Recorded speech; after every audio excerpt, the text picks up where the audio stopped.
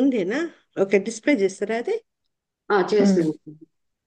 కర్కటే పూర్వపురుణ్యాం తులసీ కార్ణోద్భవాం పాండ్యే విశ్వంబరాం గోదాం వందే శ్రీరంగనాయకీం అంట.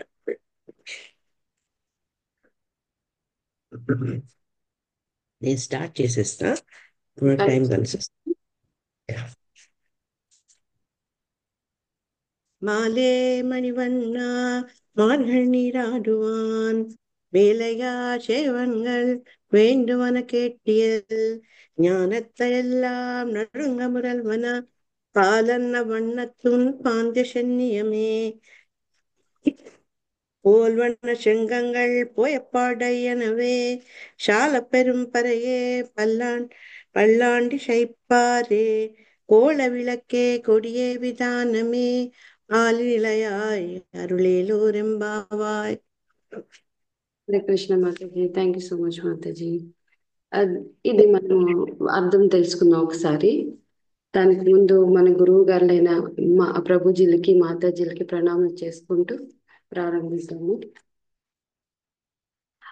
ఆశ్రిత వ్యామోహం కలవాడ, ఇంద్రనీల మణిని పోలిన కాంతి స్వభావము కలవాడ, అఘటిత ఘటనా సామర్థ్యం చే చిన్న మర్రి ఆకులపై ఆదరించి నిద్రించేవాడ, మేము మార్గశిర మాసంలో చేయాలనుకుంటున్నాము. అందుకనే మాకు కావలసిన వాటి కోసం నీ వద్దకు వచ్చాము. ఈ స్నాన వ్రతాన్ని మా పూర్వులు శిష్యులు ఆచరించారు. నీవు విన్నచో దానికి కావలసిన పరికరములు ఇస్తావు. ఈ భూమండలము వణుకున్నటువంటి శబ్దం చే శంఖములు పోలిన శంఖములు కావాలను.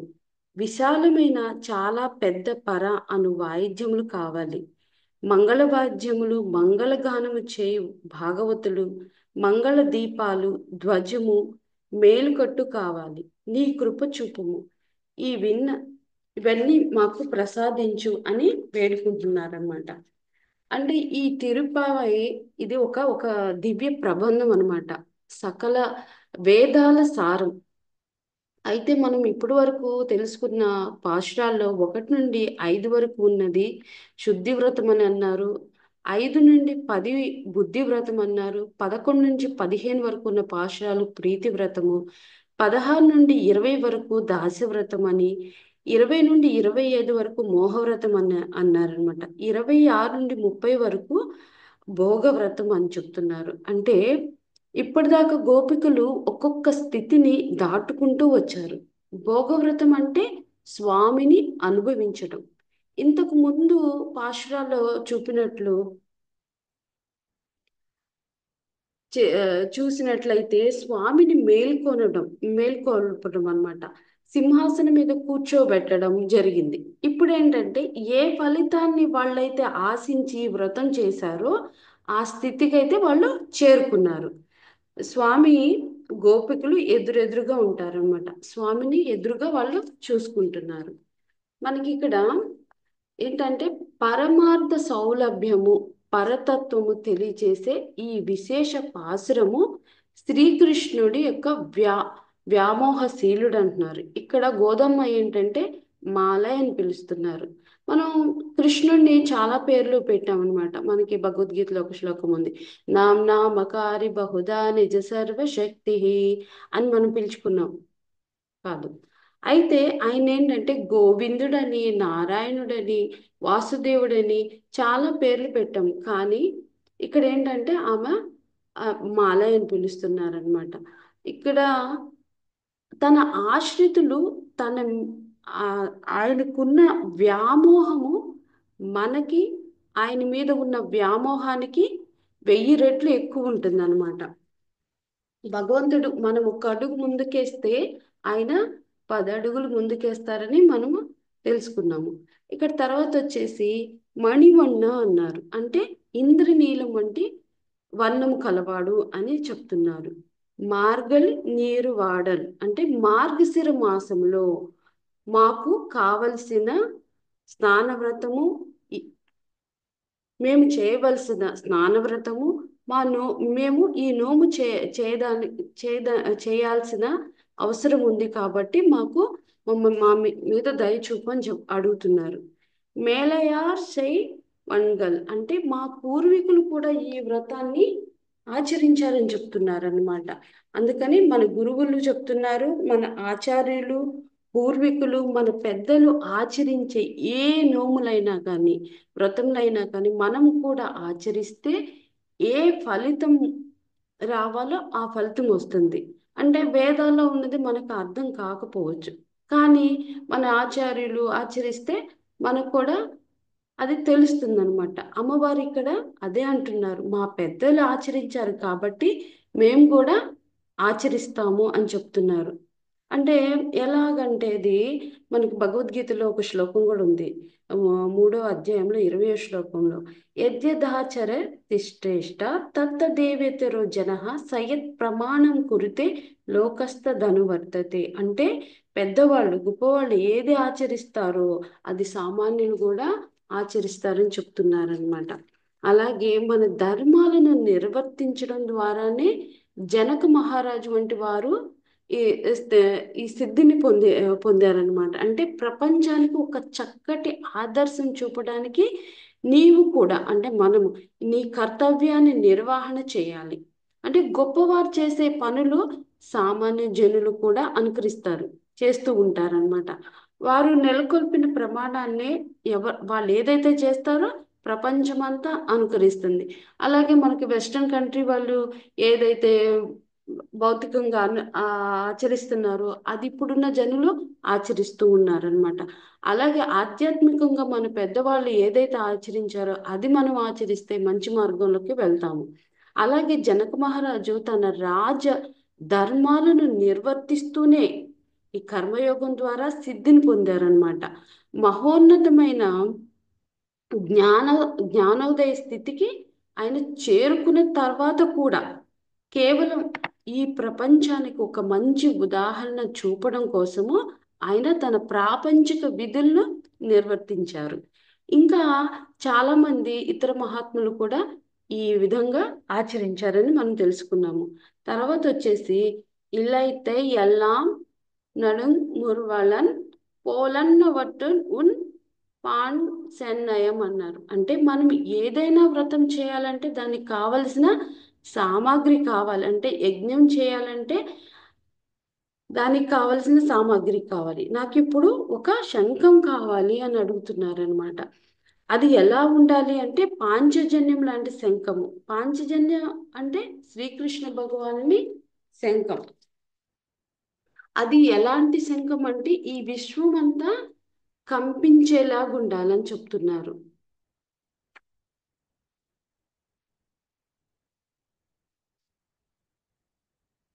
ఈ పాంచజన్య శంఖము అదేంటి, ఇంకా పాలు ఉన్నంత తెల్లగా ఉండాలంట. ఈ పాంచజన్య శంఖం ప్రపంచాన్ని కంపించింది.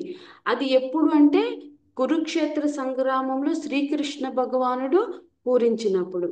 ఈ పాంచజన్యము గురించి మనకు ఒక శ్లోకం ఉంది భగవద్గీతలో, ఆ 1వ అధ్యాయం 15వ శ్లోకంలో, పాంచజన్యం ఋషికేశో దేవదత్తం ధనుంజయ పౌండ్రం దద్మం మహాశంఖం భీమకర్మ ఉరుకోదర. అంటే ఋషికేశుడును పాంచజన్యం అనబడే శంఖాన్ని పూరించాడనమాట. కౌరవుల హృదయాల్లో అది ఏంటంటే చాలా భయం పుట్టించింది. శత్రువుల హృదయాల్లో కంపనం మొదలైంది. అది పాండవుల హృదయాల్లో ఏంటంటే ఉత్సాహాన్ని కలిగించింది. విజయం సాధిస్తాము, మేము ఎట్లయినా విజయం మాదే అనే నమ్మకం కూడా ఆ శంఖం యొక్క గొప్పతనం. తర్వాత మనం పరాయణం అంటే ఒక మంగళ వాయిద్యం కావాలని అంటున్నారు వాళ్ళు. అంటే పూజలు, శుభకార్యాలు, ఉత్సవాలు, తిరునాళ్ళు చేసుకున్నప్పుడు ఏంటంటే మంగళ వాయిద్యాలు అడుగుతారు. గోధుమ మంగళ వాయిద్యాలు కావాలని అడుగుతున్నారు అన్నమాట. మళ్ళా పల్నాడి సెప్పారై అన్నట్టు నెక్స్ట్ అంటే మంగళహారతులు ఇవ్వడానికి మాకు భాగవతులు కూడా కావాలి అని అడుగుతున్నారు అనమాట.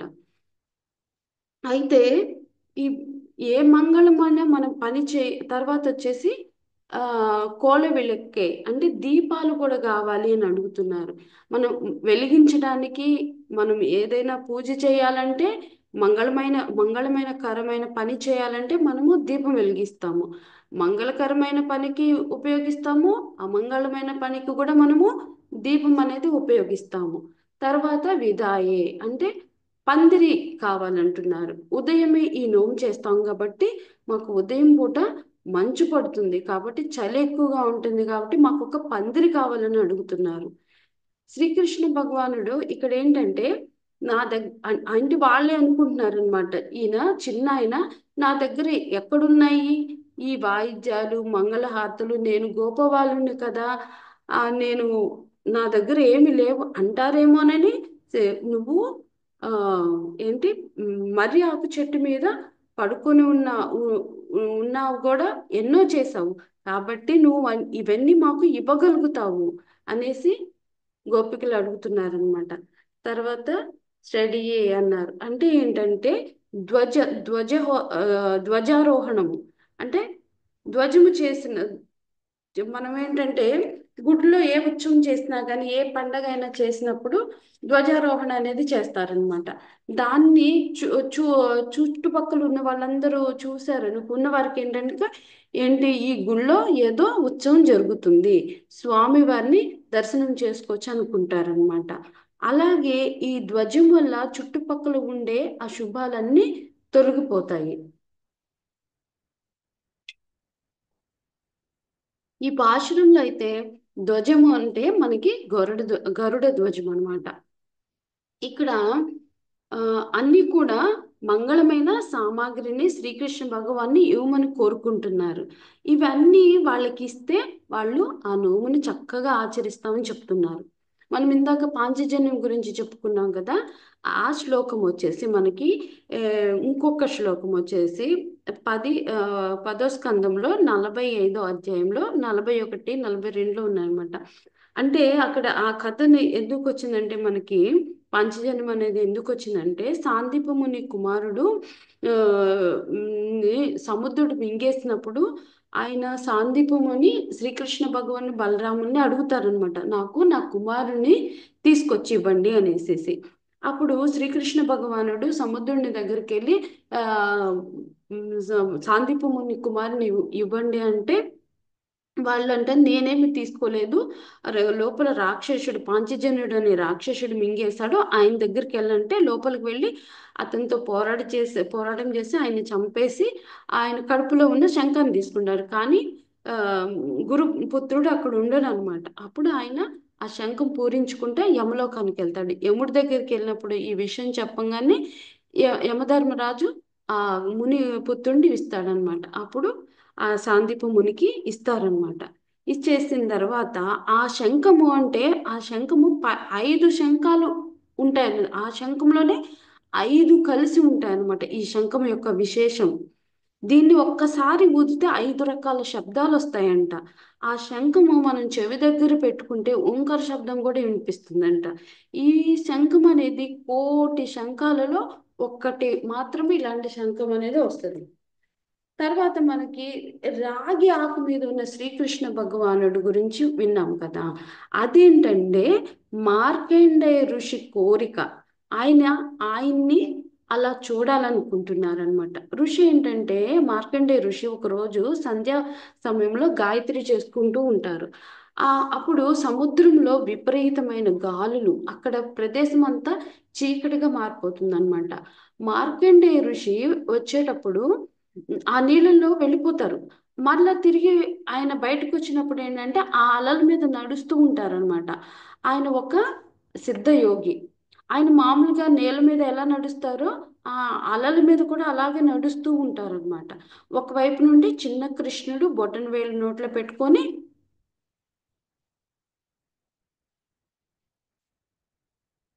బొటన వేలు నోట్లో పెట్టుకొని ప్రశాంతంగా అలా వెళ్ళిపోతూ ఉంటారనమాట. ఇది ఈయన్నే ఏమంటామనంటే వటపత్ర సాయి అంటారు. ఈ పేరు మనకి ఎలా వచ్చింది అంటే మార్కండేయ ఋషి ద్వారానే వచ్చిందనమాట. తర్వాత మనకి ప్రపన్నుల గురించి చెప్పారు. అంటే ప్రపన్నులు అంటే ఎందుకు చాలా మందికి ఆ డౌట్ వస్తుంది అనమాట. ఏంటి ప్రపన్నులు అంటే స్నాన వ్రతం ఆచరించవచ్చా అనే సందేహం వాళ్ళకి వస్తుంది అనమాట. అంటే వాళ్ళు ఎవరు నిజమైన భక్తులు, వాళ్ళకి ఎందుకు ఈ స్థానాలు, ఈ విషయాలు అన్నీ అవసరం లేదు. అంటే ప్రపన్నులు అంటే ఎవరు అంటే భగవంతుణ్ణి శరణాగతి చేసిన వారనమాట. ఎలా అంటే మనకి భగవద్గీతలో ఆ ఉమ్, 18వ అధ్యాయంలో ఉంటుంది అనమాట. సర్వధర్మాన్ పరిత్యజ్య మామేకం శరణం రజ అహం త్వా సర్వ పాపేభ్యో మోక్షయిష్యామి మా శుచః అని. మళ్ళీ అలాగే మన్మనాభవ మద్భక్తో మధ్యాజి మాం నమస్కురు. అలాంటి ఈ శ్లోకాల్ని నిజంగా చదువుకొని అర్థం చేసుకొని ఆచరించే వాళ్ళు నిజమైన ప్రపన్నులు అన్నమాట. వాళ్ళు ఆ శరణాగతి అంటే వాళ్ళకి పూర్తిగా తెలిసిన వాళ్ళు. తర్వాత వచ్చి ప్రవృత్తి అన్నారు, అంటే భగవంతుడు కైంకర్యం కోసం చేసే కర్మలు అన్నమాట. అంటే మనం విన్నాం కర్మ, అకర్మ, వికర్మ అని. అంటే కర్మ అనేది అంటే ఒకరి కర్తవ్యం, ఎవరైతే మనం చేస్తామో మన కర్తవ్యం అనమాట. మరియు భగవంతుని నియమాల ప్రకారం చేసే కార్యక్రమాలు. వికర్మ అనేది పాపపు కార్యక్రమాలు, అంటే దేవునికి చట్ట ఆ, వ్యతిరేకంగా చేసే అన్నమాట, విరుద్ధంగా చేసే కార్యక్రమాలు. తర్వాత అకర్మ అంటే అతీంద్రియ కార్యక్రమాలు. అంటే మనం ఏంటంటే కృష్ణుని ప్రపన్నం చేయటం కోసమే చేసేది, ఏది చేసినా భగవంతుని కైంకర్యం కోసమే చేసేది అనమాట. దాని గురించి మనకి భగవద్గీతలో ఇంకో శ్లోకం చెప్పారు, 9వ అధ్యాయం 27లో. ఎత్కరోషి యదస్నాసి యజ్జుహోషి దదాసి ఎత్తపస్యసి కౌంతేయ తత్పురుష్వ మదర్పణం. అంటే నువ్వు ఏ పని చేసినా, నువ్వు ఏది విన్నా, ఏ యజ్ఞంలో ఆ యజ్ఞంలో అగ్నికి ఏ ఆహుతులు సమర్పించినా అన్నీ నాకే సమర్పించినట్లుగా చేయంటారనమాట. భగవంతుడు మన ప్రీతి కోసం కాకుండా భగవంతుని ప్రీతి కోసం చేయాలి. నేను చేసే ప్రతి కర్మలో కూడా నీ ప్రీతి కోసమే చేస్తున్నట్లు భావన కూడా మరి మనకు ఆ భగవంతుడే కల్పిస్తాడనమాట. అదే నిగూఢమైన భావంతో భగవంతుని మీద మనం విశ్వాసముతో ఉండి ఆ, ఎవరైతే ఉంటారో వాళ్ళకి ప్రపన్నుల లక్షణాలు ఉంటాయి. వాళ్ళనే ప్రపన్నులు అంటారనమాట. తర్వాత మనకి ఇక్కడ ఒక శ్లోకం ముఖ్యంగా, ఈ శ్లోకంలో మాలై మరియు మనకి స్నానం చేయడం అనేది ముఖ్యంగా చెప్పారు కదా. స్నానం అనేది ఏ వ్రతము, ఏ యజ్ఞం చేసినా ఎప్పుడు కూడా మనము స్నానం అనేది శరీర శుభ్రత కోసం చేస్తాము. శరీరం శుభ్రంగా ఉన్నప్పుడు అంతర్గతంగా ఆ కూడా మనం శుభ్రంగా ఉంటాం అన్నమాట. అలాగే అంతర్గతంగా శుభ్రంగా ఉంచినప్పుడు ఏంటి మనకి ఆ, ఏదైనా భగవద్గీత ఇవి చదవాలని మనస్ఫూర్తిగా అనిపిస్తుంది. అట్లాగే మనకి చికాకుగా ఉన్నప్పుడు కూడా స్నానం చేస్తే మనసు ప్రశాంతంగా ఉంటుంది. ఆత్మ ప్రశాంతంగా ఉండాలంటే ఏం చేయాలి, మనం భగవద్గీతలు చాంటింగ్ చేసుకోవాలన్నమాట. అలాగే మనకి ఇక్కడ ఏంటంటే ఆ, భాగవత సప్త ఇతిహాసాలు పురాణాల గురించి చెప్పుకున్నప్పుడు ఏంటంటే ఆ ఆ, అభ- అభివృత స్నానం అనేది చేస్తారనమాట. అంటే ఏంటంటే అది చేసినప్పుడు ఏ సమయంలో అయితే ఈ వ్రతం ముగిస్తామో అప్పుడు మళ్ళీ తిరిగి స్నానం చేస్తారనమాట. అంటే సప్త ముగించుకుంటారు ఇక్కడ. అప్పుడు మనం ఏంటి స్నానం అనేది చేస్తారని చెప్తారు. అంటే ఆ స్నానం అంటే ఏంటి, మనము నదికి వెళ్ళి మునగడం కాదనమాట, భగవంతుని గుణగణాల్లో మునగడం, భగవంతుని అనుభవంలో మునగడం. అంటే అది స్నానం. అహంకార మమకారాలు అంటే నాది నీది అని తొలగించుకొని చేసే స్నానాన్ని కూడా స్నానం అంటారనమాట. ఇలా అంతర్గతంగా బాహ్యంగా కూడా మనము స్నానంకి కావలసిన పరికరాలు ఇవ్వమని శ్రీకృష్ణ భగవానుని ఆ గోపికలు అడుగుతున్నారనమాట. అంటే బాహ్యంగానే మేము కాకుండా అంతరంగంగా కూడా శుభ్రంగా ఉండాలని మాకు దీవెనలు ఇవ్వని అడుగుతున్నారు. అలాగే ఆండాళ్ళ తల్లి కూడా ఇక్కడ ఆళ్వార్లో ఒకరనమాట ఆమె. ఆండాళ్ళ తల్లి ఈ తిరుప్పాయి వ్రతంలో ఒక్కొక్క గోపికను లేపినప్పుడు ఒక్కొక్క ఆళ్వార్ను కూడా మనము తలుచుకున్నాము. వాళ్ళని లేపినట్లుగా మనకి అనిపిస్తుంది అనమాట. మనము ఆళ్వార్లు పరమాత్మని పొందాలని చేసే ప్రయత్నం కంటే కూడా ఆల్వారు ఆ ఆల్వారుని పొందాలని భగవంతుడు పడుచున్న పాటలు మనకి ఇక్కడ ఎక్కువగా కనిపిస్తుంది అనమాట. ఆయనకి ఎంత వ్యామోహం ఉందో ఈ పాశురంలో తెలుస్తుంది, ఈ పాశురాల్లో తెలుస్తుంది. భగవంతుడు శుద్ధ సత్వం ఉన్నవారికి వాళ్ళు ఏంటంటే ఆయన పట్టి లాగేసుకొని ఆయన దగ్గరికి తీసుకెళ్లాలని ప్రయత్నిస్తాడు. నిరంతరం వాళ్ళ గురించి ఆయన తప్పిస్తూ ఉంటారు అనమాట. అందుకనే శ్రీమద్ భాగవతంలో సూత గోస్వామి నైమిషారణ్యంలో ఆ సౌనికాది ఋషులకు కూడా కలిసినప్పుడు 6 ప్రశ్నలు వేస్తారనమాట. అలాగే ఏంటంటే భగవంతుడు ఎందుకు మనుష్య రూపంలో వచ్చి ఈ లీలలు చేశాడు, ఇక్కడ ఉన్న తన వాళ్ళని తన దగ్గరికి మళ్ళీ తిరిగి తీసుకెళ్తానికి అనమాట. మనకి ఒక శ్లోకము సత్వగుణం గురించి ఉన్నది అనమాట. ఆ శ్లోకం ఏంటంటే 34వ శ్లోకం. భావయత్యేష సత్వేన లోకేన వై లోక భావేన లీలావతారానుతో దేవ తిర్యజ్ఞ రాధేషు. అంటే ఏ విధంగా జగన్నాథుడైన శ్రీకృష్ణుడు దేవతలు మానవులు జంతువులు మున్నగ జీవులతో నిండి ఉన్న సర్వలోకములను పోషించుచుండును. శుద్ధ సత్వనందు స్థితులైన అట్టి వారులు ఉద్ధరించుటకు అతడు అవతారాలు పెక్కు దాల్చారని మనకి శ్రీకృష్ణ భగవానుడు స్వయంగా చెప్తున్నారనమాట. అలాగే ఇక్కడ మనకి మాలయ అంటే ఇంకొక అర్థం కూడా ఉంది. అత్య అత్యధికుడు అని కూడా అంటారనమాట. వ్యామోహుడు అనేది కాకుండా సర్వాధికుడు సర్వశక్తులు ఉన్నవాడు సర్వజ్ఞుడు అని కూడా అంటారు. మనకి ఈ మొత్తం శ్లో ఈ పాశ్రంలో ఓవరాల్ గా చెప్పాలంటే మనకి జగన్ ప్రభుజీ ధర్మరాజు ప్రభుజీ చాలా చెప్పున్నారు. వాటిని అలా చూసుకుంటే ఏంటంటే భగవంతుడు అదరాలను తాకే వస్తువులు మనకి ఏంటంటే ఒకటి వేణువు ఇంకోటి పాంచజన్యం అనమాట. వేణువు మాధుర్య అనుభవం అనమాట. గోపికలు ఎంతో మాధుర్యాన్ని అనుభవించారు దాంట్లో. పాంచజన్య శంఖం ఏంటంటే మన పంచ పంచముల నుండి జన్మించింది, అంటే మన శరీరము. ఈ శరీరంలోకి నీ యొక్క శ్వాస అనేది ఎలాగ వెళ్తుందో నీ గుణగణాలు నీ నామాలు మన శరీరంలోకి ఎప్పుడైతే వెళ్తాయో మన శరీరము మనం స్వచ్ఛంగా ఉంటుంది. అంటే తెల్లని పాంచజన్యము ఎలా ఉంటుందో అలాగా మన హృదయం కూడా స్వచ్ఛంగా ఉంటుందనేసి చెప్తున్నారు. ఎప్పుడైతే నీ నామం ద్వారా మా శరీరం నిండిపోతుందో అప్పుడు మా శరీరం అనేది స్వచ్ఛమైపోతుంది అని చెప్తున్నారు. అటువంటి స్వచ్ఛమైన శరీరాన్ని ఇవ్వమని కోరుకుంటున్నారు ఇక్కడ. ఎప్పుడు కూడా నీ నామస్మరణ చేసుకునే భాగ్యాన్ని మాకు ఇవ్వని చెప్తున్నారు. ఈ పాంచజన్యం అనేది భౌతిక బంధాలను తొలగించేస్తుంది.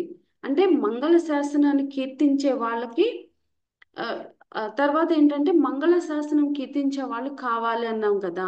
పల్లాడు పల్లాడు అని కీర్తించే వాళ్ళు కావాలి. ఏ విధంగా పెరియాళ్వారు కీర్తించారో అటువంటి భక్తుల సహవాసమే మాకు కావాలంటున్నారు.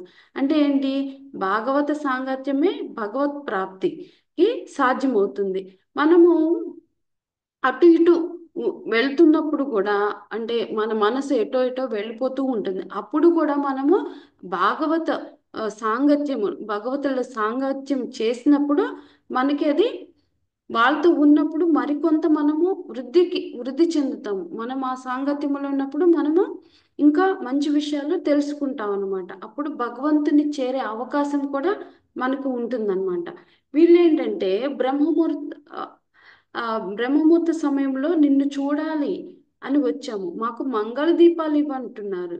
అంటే ఇంకా మంగళ దీపాలు ఇవ్వు, మంగళ దీపాల వల్ల ఆ భగవంతుణ్ణి చూడగలుగుతాము. భగవత్ భక్తుల్ని గుర్తించే జ్ఞానాన్ని కూడా భగవంతుడే ఇవ్వాలి.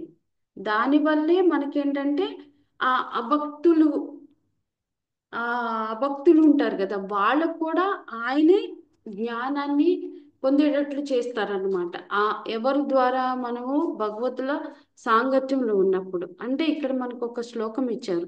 తేషామేవనుకం పార్థ అహం అజ్ఞానజం తమః నాశయామ్యాత్మ భావస్తో జ్ఞానదీపేన భాస్వత. అంటే వారి మీద వాత్సల్యము వారి హృదయాల్లోనే ఉండే నేను అజ్ఞానం చే ఏర్పడిన చీకటిని ప్రకాశవంతమైన జ్ఞాన దీపంచే నాశనం చేస్తానని భగవంతుడు మనకి ఇక్కడ చెప్తున్నారనమాట.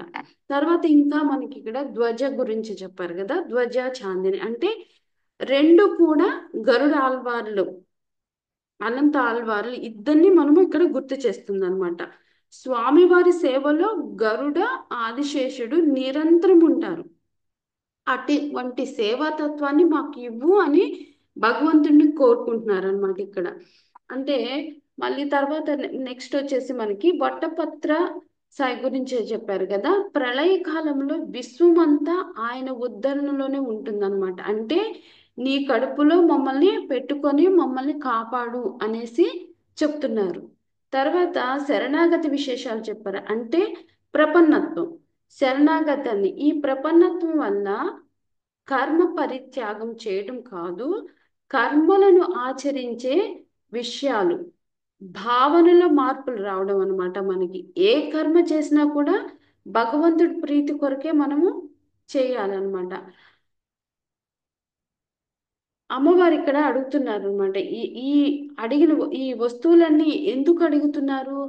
ఆయన భగవంతుడి సేవ కోసం మాత్రమే అడుగుతున్నారు అనమాట. ఆ భగవంతుడి సేవ కోసము మేము ఆయన పూజించుకోవడం నిన్ను పూజించుకోవడం కోసమే మాకు ఇవన్నీ ఇవ్వు అని వేడుకుంటున్నారు. తర్వాత మనకి రేవతి గోపి మాతాజీ ఒక శ్లోకం కూడా యాడ్ చేశారు ఈ పాశ్రంలో. 5వ అధ్యాయం 29వ శ్లోకం అనమాట. భోక్తారాం యజ్ఞ తపసాం సర్వలోక మహేశ్వరం సుహృదం సర్వభూతానం జ్ఞాత్వం శాంతి మృచ్చతి. అంటే సమస్త యజ్ఞాలకు తపస్సులకు భోక్తని నేనే, సమస్త లోకాలకి అధిపతిని, సర్వ ప్రాణుల యొక్క నిస్వార్థ మిత్రుడు నేనే అని చెప్తున్నారు. నా భక్తులు శాంతి పొందడానికి, అంటే ఆయన అంత ఉన్నతమైన స్వామి కూడా భక్తుల కోసం దిగొస్తారనమాట. ఆయన ఎంత ఉదారుడు అంటే మనకి చూసాం చాలా చోట్ల. అంటే ఆయన వామనావతారంలో వచ్చారు, గజేంద్రుడు అవతారంలో వచ్చారు. గజేంద్రుడు ముసలి నుండి రక్షించడానికి గజేంద్రుడు పిలవంగానే వచ్చేస్తారనమాట. అలాగే మన ద్రౌపది పిలిచినప్పుడు ఆమె ఎంతో ఆ చీరని దుశ్శాసనుడు లాగుతున్నప్పుడు ఆమె ఏంటి దీనంగా శ్రీకృష్ణ భగవానుని పిలుచుకున్నప్పుడు కూడా ఆయన ఎమ్మటే వచ్చి సహాయం చేశాడు. ఇలాగా భక్తుల కోసము భగవంతుడు ఆయన ఎన్నో రెట్లు, ఇందాక మనం తెలుసుకున్నట్లు మనం ఒక అడుగు ముందుకేస్తే ఆయన 100 అడుగులు ముందుకేస్తారని తెలుస్తున్నారు అనమాట. ఈ నేను అంతా జగన్ ప్రభుజీ ధర్మరాజు ప్రభుజీ రేవతి మాతాజీ చెప్పింది నేను కొంచెం కాపీ మొత్తం అది చేసి చెప్పాను. నా సొంతంగా ఏది చెప్పలేదు. తప్పులుంటే క్షమించండి ప్రభుజీ. ఏమన్నా యాడ్ చేయండి ప్రభుజీ.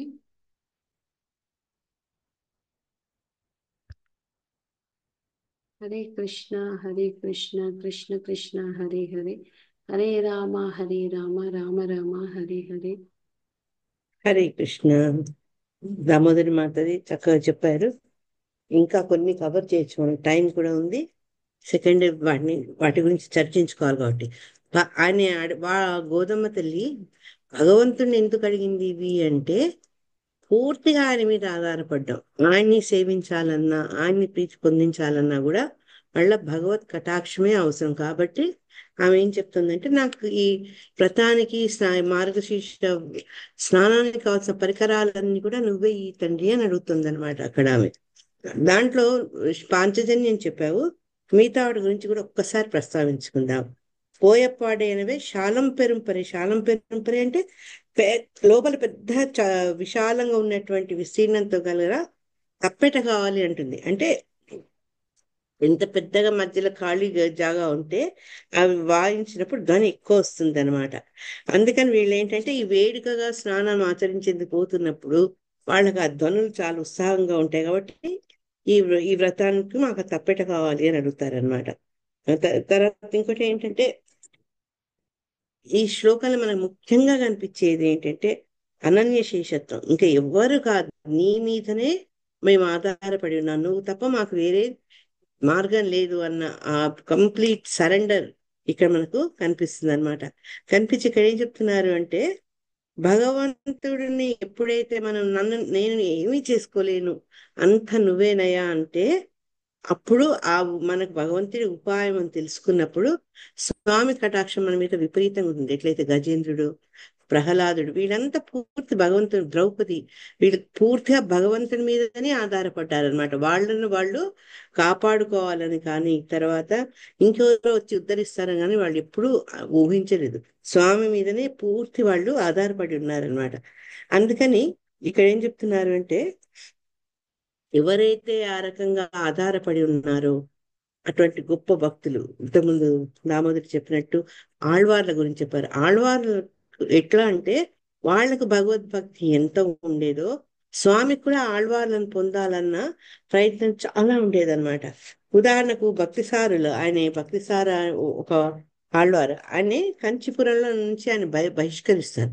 బహిష్కరిస్తే పాపం భక్తుడు కాబట్టి ఏం మాట్లాడకుండా ఆలయాన్ని వదిలేసి వెళ్ళిపోతారు.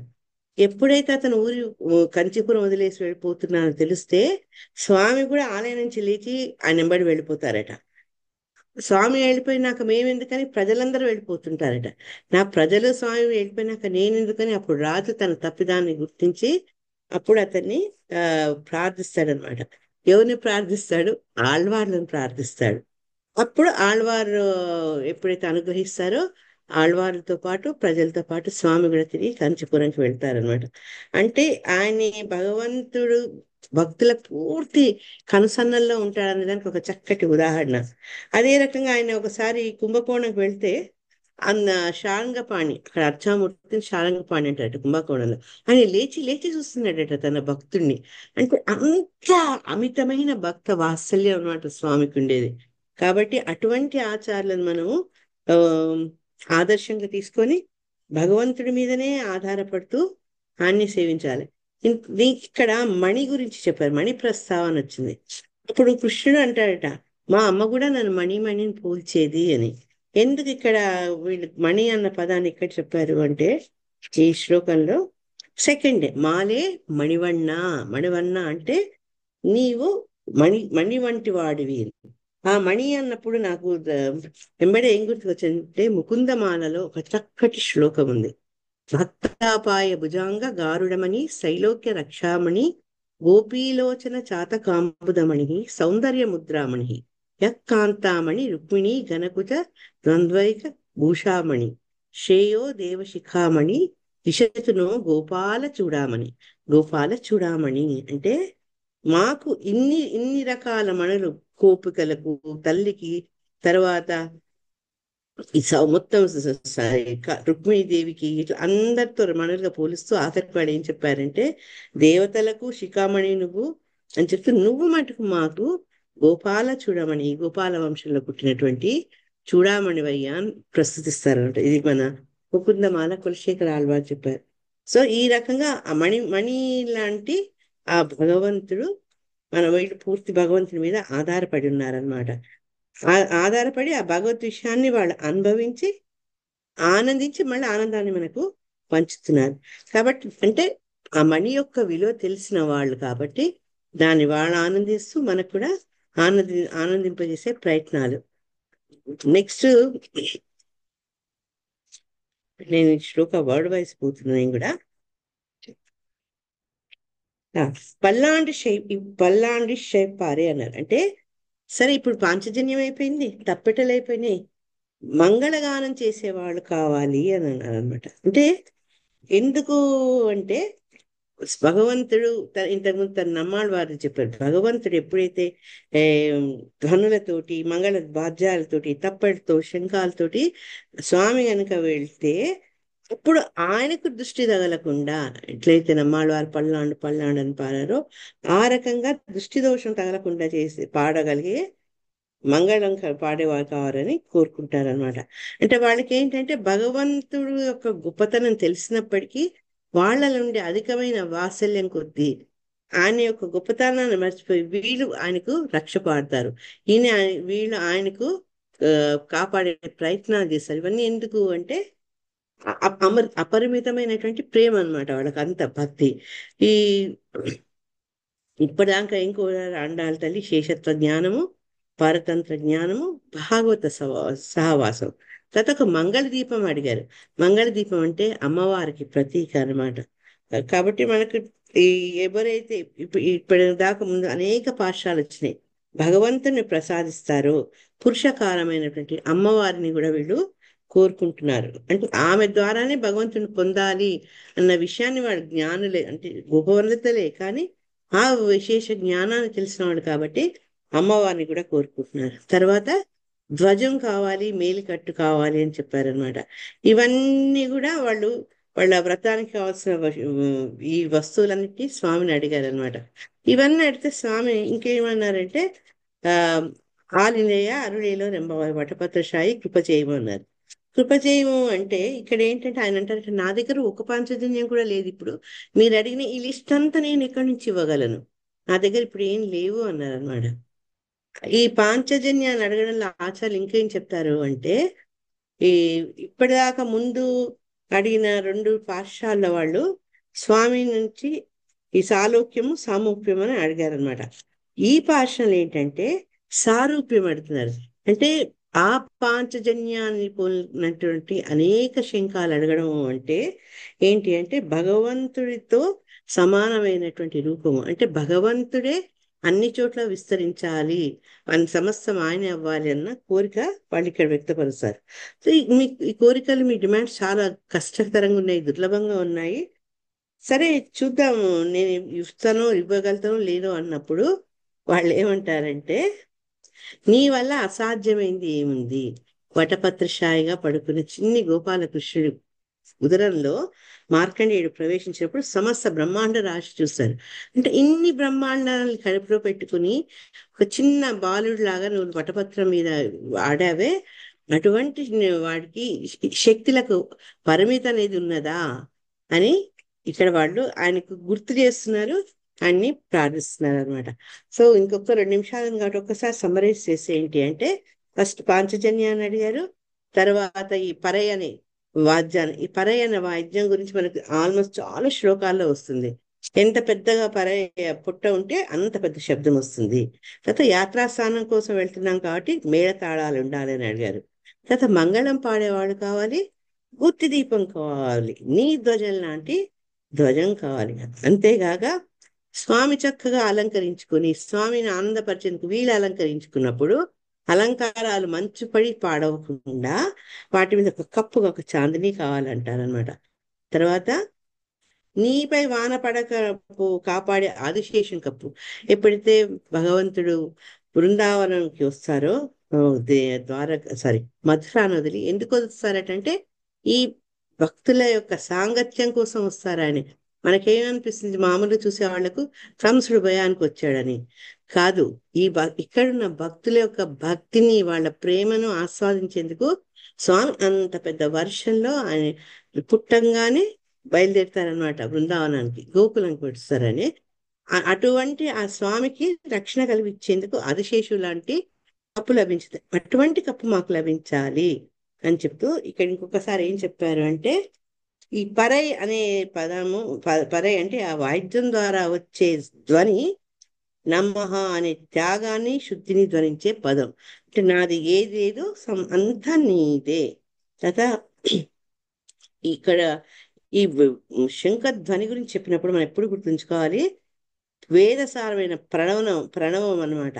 దానివల్ల ఏంటి అంటే మనలో ఉండే భవదోషాలన్నీ తొలగించబోగొడతాయి. కాబట్టి వాళ్ళు ఆ శంఖధ్వనిని అడిగారు, మిగతా వస్తువులన్నీ అడిగారు అనమాట. స్వార్థం లేని సేవ చేసే ఆదిశేషు లాంటి సేవా గుణం కావాలి అని.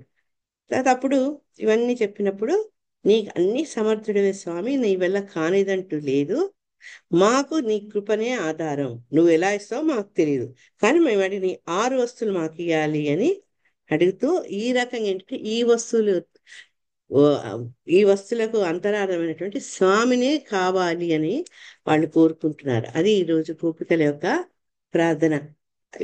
ఈ కోరికలు కూడా ఎలా ఉంటాయి భక్తులవి అనేది మనకు భక్తి రసామృత స్థితిలో చెప్తారనమాట.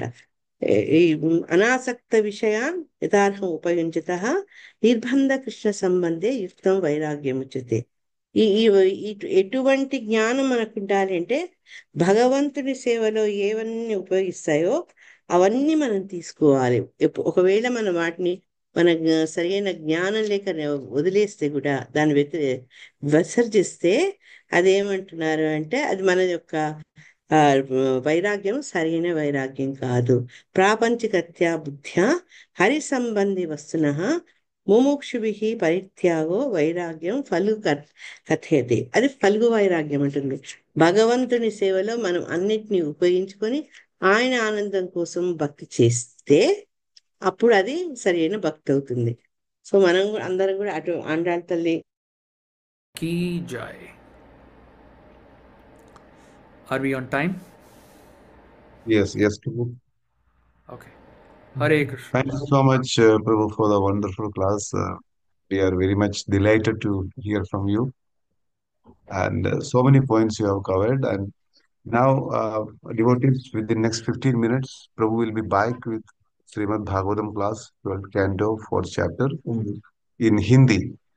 And before that, there will be a Kirtan, Vrindavana Ramesthana. Thank you. Hare Krishna.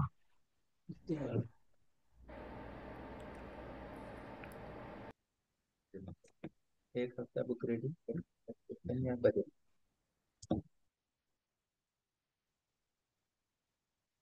Hare Krishna.